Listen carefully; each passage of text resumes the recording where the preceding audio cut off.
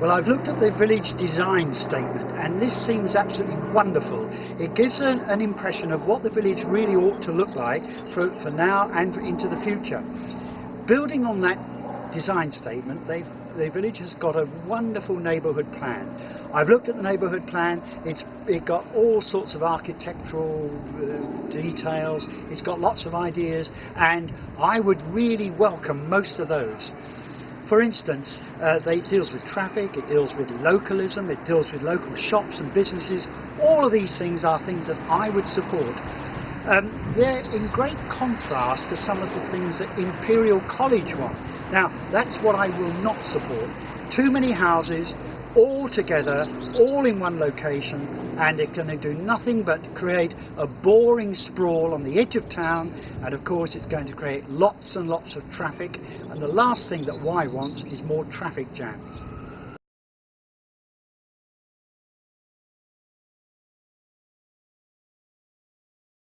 Well, being the Green Party, we've got plans that are basically very sustainable and environmental.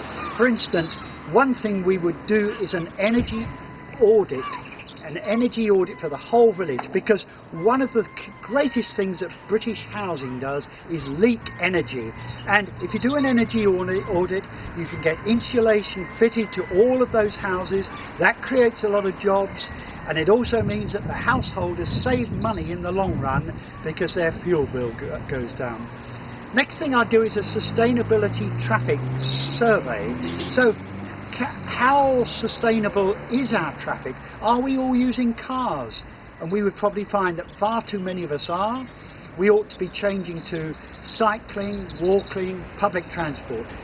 But we do need the facts there, so a survey to see what the facts are. Then I'd like to try and establish a community bank for Wye.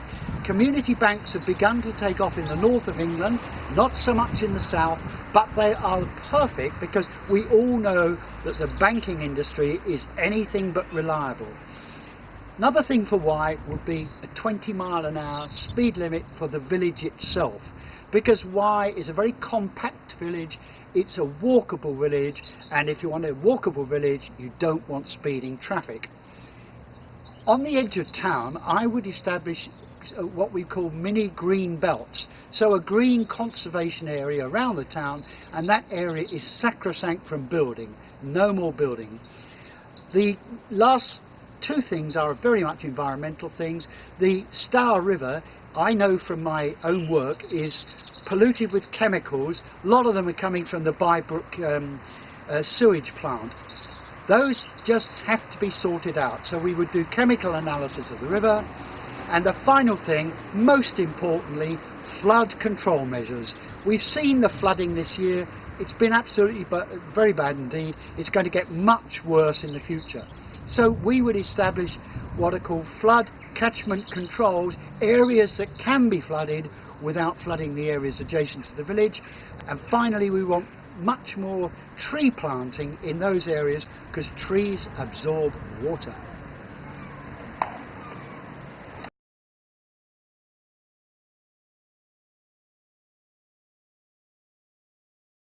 Well, my brain's full of ideas for this because Ashford really needs some sort of revitalisation. So what sort of things do we want to do? Well, one of the things that I'm not satisfied is out of town shopping. Ashford has lots and lots of retail outlets all around the town, and the last thing it wants is any more of these. They suck the life from the centre of the town, and they don't provide any more jobs because the jobs are lost in the centre. So no more out of town shopping. I don't want to see any more urban sprawl. Housing developments have gone on for years and years all around Ashford, and of course the housing is no longer needed by people who are working in Ashford. Most of those people are having to work in London, and Ashford just becomes a dormitory suburb for London. The inner town area, it really needs regeneration. There's lots and lots of brownfield sites all along the side of the railway, the northern side of the railway, and most of that needs to be somebody needs to do something about it. It looks dreadful in the town, and it's ideal space on which to build more housing. I want to see affordable housing in Ashford, housing that local people can buy. We want to keep people in the town if possible, but they'll leave if they can't get houses that they can buy. Then the green belt. Much as I said that green belt should be around Wye, we also need green belt around Ashford. This is for people's leisure. It's to take put an edge on the urban sprawl. We don't want it to go any further than the green belt.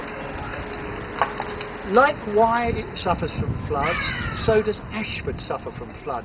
Flooding is really bad in Ashford, so we need again to find areas that will absorb the flood waters, areas further up the river catchment.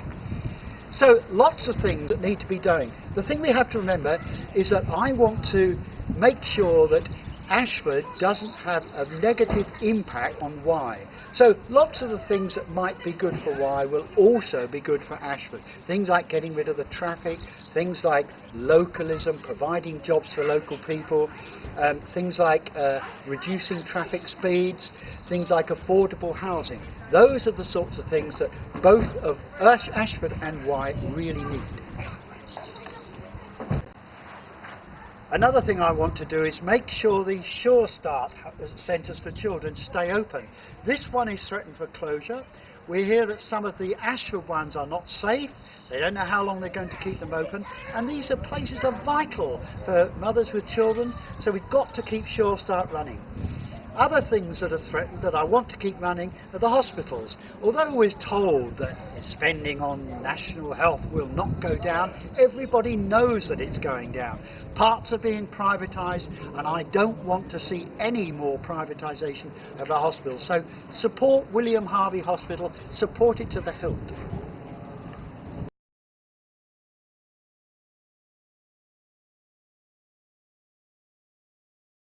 The Green Party already knows, as everybody should know, that continual growth and development is impossible. We can't keep doing this because the world is finite. We run out of resources if we keep doing this. So we would have a limit on further economic growth and development. In other words, all our growth would be sustainable growth. Next thing is that the conservation of natural resources. The Green Party are very, very much in favour of this. The other parties seem to treat resources as though they're infinite and go on using them. We can't do that. We have to protect them. The next thing we do is reduce inequalities. Inequalities in our society have got worse and worse. And now they're at such a state that the difference between what a rich person earns and what an ordinary worker has multiplied, and it's about 100 times as much. This is impossible. We have to get back to equality because this is fair and this is just, and then we create a much more friendly society if we all know we're living from the same pot of money. One of the things we've got to do is think about encouraging people to use bicycles, to walk, or to take the train or take the bus. Those things are sustainable. We can go on and on using them, but car culture isn't so sustainable. The next thing I'd like to say is the localism, because Greens are really for doing things locally. Now, Wye is a wonderful example where localism in practice. You've got one of all the main shops. People can do their shopping here if they want. There's lots of small businesses in the town. This really has to be encouraged. The opposite to this is where you go towards large, giant corporations who control everything, and that really is no good for the planet at all. We've all tried to contact these corporations, haven't you? Tried to ring them up. Do you ever get to talk to anyone? No, they make themselves impossible. They're uncontactable because they don't want you having a go at them. So that's what we need to do, go from globalism and large corporations to the local community. And the final thing that we really need to do is to take on board the lessons of climate change. Climate change is here to stay. 97% of scientists now believe that, but the people who are running our country at the moment don't seem to believe it. We have a Minister for the Environment who's not assured of climate change. But I can tell you, because I've worked in this area for years, that climate change is a reality. And unless we address it, then all these weather extremes that we're having more and more frequently are simply going to get worse and worse, and they're going to cost us so much more money in the long run. So think about climate change, think about the things you do, and are they affecting the climate?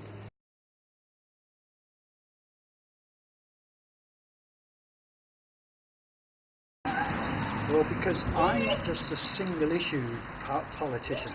I want to cover all the issues that involve the people of Wye. I would listen to what you want me to do. I would work really, really hard to do those things. I've had a lot of experience in Canterbury and other places on working with the council, and I work really hard to make sure that Wye continues to be a village where everybody wants to live.